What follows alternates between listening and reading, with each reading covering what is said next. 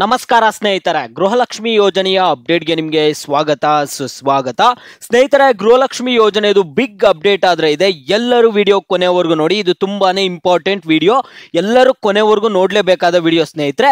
ಅದಕ್ಕೆ ಮುಂಚೆ ನೀವು ಯಾರಾದರೂ ಇನ್ನೂ ಚಾನಲ್ಗೆ ಸಬ್ಸ್ಕ್ರೈಬ್ ಮಾಡ್ಕೊಂಡಿಲ್ಲ ಅಂದ್ರೆ ಈಗಲೇ ಚಾನಲ್ನ ಪಟ್ಟಂತ ಸಬ್ಸ್ಕ್ರೈಬ್ ಮಾಡ್ಕೊಳ್ಳಿ. ಮತ್ತೆ ವಿಡಿಯೋಗೊಂದು ಲೈಕ್ ಆದ್ರೆ ಕೊಡಿ.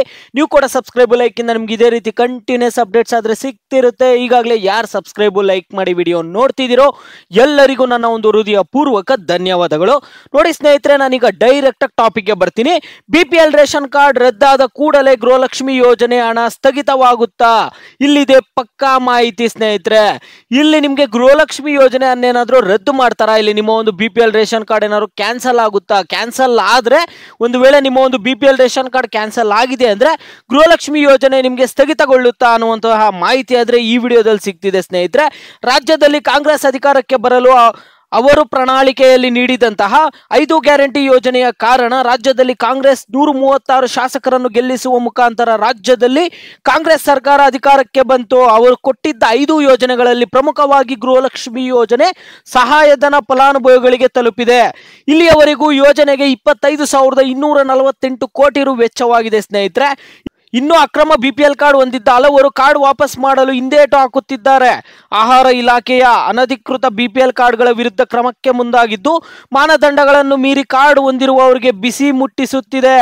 ವಿವಿಧ ಜಿಲ್ಲೆಗಳಲ್ಲಿ ಸಾವಿರಾರು ಕಾರ್ಡ್ಗಳನ್ನು ರದ್ದು ಮಾಡುತ್ತಿದೆ. ಗೃಹಲಕ್ಷ್ಮಿ ಯೋಜನೆ ಇದಕ್ಕೆ ಪೂರಕವೆಂಬಂತೆ ತಾಂತ್ರಿಕ ಕಾರಣಗಳಿಂದ ಹಲವರ ಖಾತೆಗೆ ಹಣ ಜಮೆಯಾಗುವುದು ಸ್ಥಗಿತವಾಗಿದೆ. ಇಲ್ಲಿ ಹೀಗಾಗಿ ಕಾರ್ಡ್ ರದ್ದಾದ ಹಲವರು ಗೃಹಲಕ್ಷ್ಮಿ ಯೋಜನೆಯು ಸ್ಥಗಿತವಾಗುತ್ತದೆ ಎಂಬ ಆತಂಕ ಆದ್ರೆ ಇಲ್ಲಿ ಎದುರಿಸುತ್ತಿದ್ದಾರೆ ಸ್ನೇಹಿತರೆ. ಇದರಿಂದ ಗೃಹಲಕ್ಷ್ಮಿ ಯೋಜನೆಗೆ BPL ಕಾರ್ಡ್ ಮಾನದಂಡವಲ್ಲ, ರೇಷನ್ ಕಾರ್ಡ್ ಹೊಂದಿದ್ದರೆ ಸಾಕು. ಹೀಗಾಗಿ ನಾವು BPL ಕಾರ್ಡ್ ರದ್ದಾದವರ ಮಾಹಿತಿಯನ್ನು ಪಡೆಯುತ್ತಿಲ್ಲ. ಸದ್ಯ ಯಾರಿಗೂ ಯೋಜನೆಯಿಂದ ಕೈ ಬಿಡುತ್ತಿಲ್ಲ ಎಂದು ಮಹಿಳಾ ಮತ್ತು ಮಕ್ಕಳ ಅಭಿವೃದ್ಧಿ ಇಲಾಖೆ ಅಧಿಕಾರಿ ಮಾಹಿತಿ ಆದ್ರೆ ಇಲ್ಲಿ ಕೊಡ್ತಿದ್ದಾರೆ ಸ್ನೇಹಿತರೆ. ಸದ್ಯಕ್ಕೆ ಈ ಯೋಜನೆಯಿಂದ ಯಾರನ್ನು ಇಲ್ಲಿ ಕೈ ಬಿಡ್ತಿಲ್ಲ ಅನ್ನುವಂತಹ ಒಂದು ಮಾಹಿತಿ ಆದ್ರೆ ಇಲ್ಲಿ ಬರ್ತಿರುವಂತದ್ದು. BPL ಕಾರ್ಡ್ ಗೃಹಲಕ್ಷ್ಮಿ ಮಾನದಂಡ ಏನು ಅನ್ನುವಂಥದ್ದನ್ನ ಹೇಳ್ತೀನಿ ನೋಡಿ. BPL ಕಾರ್ಡ್ ಹೊಂದಿರುವ ಕುಟುಂಬಗಳ ಆದಾಯ ವಾರ್ಷಿಕ ರು ಬಂದ್ಬಿಟ್ಟು 1.20 ಲಕ್ಷ ರೂಗಿಂತ ಹೆಚ್ಚಿರಬಾರದು. 7.5 ಎಕರೆ ಒಣ ಅಥವಾ ನೀರಾವರಿ ಭೂಮಿ ಹೊಂದಿರಬಾರದು. ಅನುದಾನ ರಹಿತ ಶಾಲಾ ಕಾಲೇಜು ನೌಕರರಾಗಿರಬಾರದು.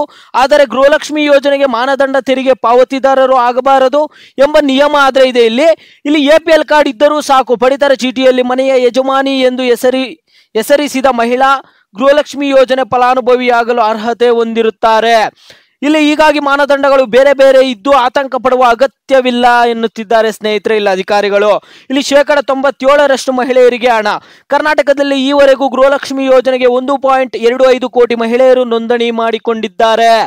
ಇಲ್ಲಿ ಸದ್ಯ 1.21 ಕೋಟಿ ಮಹಿಳೆಯರಿಗೆ ಪ್ರತಿ ತಿಂಗಳು 2,000 ರೂಪಾಯಿ ಪಾವತಿಯಾಗುತ್ತಿದೆ ಎಂದು ಇಲ್ಲಿ ಮಹಿಳಾ ಮತ್ತು ಮಕ್ಕಳ ಅಭಿವೃದ್ಧಿ ಇಲಾಖೆ ಆದ್ರೆ ಮಾಹಿತಿ ಕೊಡ್ತಿರುವಂತದ್ದು ಸ್ನೇಹಿತರೆ. ಇದು ಸದ್ಯ ಮಟ್ಟಕ್ಕೆ ಇರುವಂತಹ ಅಪ್ಡೇಟ್. ನಿಮಗೆ ಗೃಹಲಕ್ಷ್ಮಿ ಯೋಜನೆ ರದ್ದಾಗ್ಬಿಡುತ್ತಾ ಅನ್ನುವಂತಹ ಒಂದು ಆತಂಕದಲ್ಲಾದ್ರೆ ಇದ್ರೆ BPL ರೇಷನ್ ಕಾರ್ಡ್ಗಳನ್ನು ಇತ್ತೀಚಿನ ದಿನಗಳಲ್ಲಿ ತುಂಬಾ ಕಾರ್ಡ್ಗಳನ್ನಾದ್ರೆ ರದ್ದು ಮಾಡ್ತಿದ್ದಾರೆ ಸ್ನೇಹಿತರೆ. ಈಗ ಸದ್ಯ ಮಟ್ಟಕ್ಕೆ ಆ ಚಿಂತನೆ ಇಲ್ಲ ಅಂದ್ಬಿಟ್ಟು ಮಹಿಳಾ ಮತ್ತು ಮಕ್ಕಳ ಕಲ್ಯಾಣ ಇಲಾಖೆಯಿಂದ ಹೇಳ್ತಿರುವಂತದ್ದು. ರೇಷನ್ ಕಾರ್ಡ್ ಕ್ಯಾನ್ಸಲ್ ಆಗ್ತಿದೆ, ಗೃಹಲಕ್ಷ್ಮಿ ಯೋಜನೆಯಿಂದ ಯಾರನ್ನೂ ಕೈ ಬಿಡ್ತಿಲ್ಲ ಅನ್ನುವಂಥದ್ದಾದ್ರೆ ಇಲ್ಲಿ ಮಾಹಿತಿ ಆದ್ರೆ ಬರ್ತಿರುವಂತದ್ದು ಸ್ನೇಹಿತರೆ. 4ನೇ ಕಂತಿನ ಹಣ ಏನಾದ್ರು ನಿಮ್ಗೆ ಬಂತ ಅನ್ನುವಂಥದ್ದನ್ನು ಕೂಡ ಪ್ರತಿಯೊಬ್ರು ವಿಡಿಯೋಗೆ ಲೈಕ್ ಮಾಡ್ಬಿಟ್ಟು ಕಾಮೆಂಟ್ ಮುಖಾಂತರ ತಿಳಿಸಿ. ಬಂದಿದೆ ಅನ್ನೋದಾದ್ರೆ ಬಂದಿದೆ ಅಂತ ತಿಳಿಸಿ, ಬಂದಿಲ್ಲ ಅನ್ನೋದಾದ್ರೆ ಬಂದಿಲ್ಲ ಅಂತ ತಿಳಿಸಿ. ಆಗ ಎಲ್ಲರಿಗೂ ಗೊತ್ತಾಗುತ್ತೆ ಕಾಮೆಂಟ್ಸ್ ನೋಡಿದಾಗ ಯಾರ್ಗಣ ಬರ್ತಿದೆ ಯಾರ್ಗಣ ಬರ್ತಿಲ್ಲ ಅಂತ.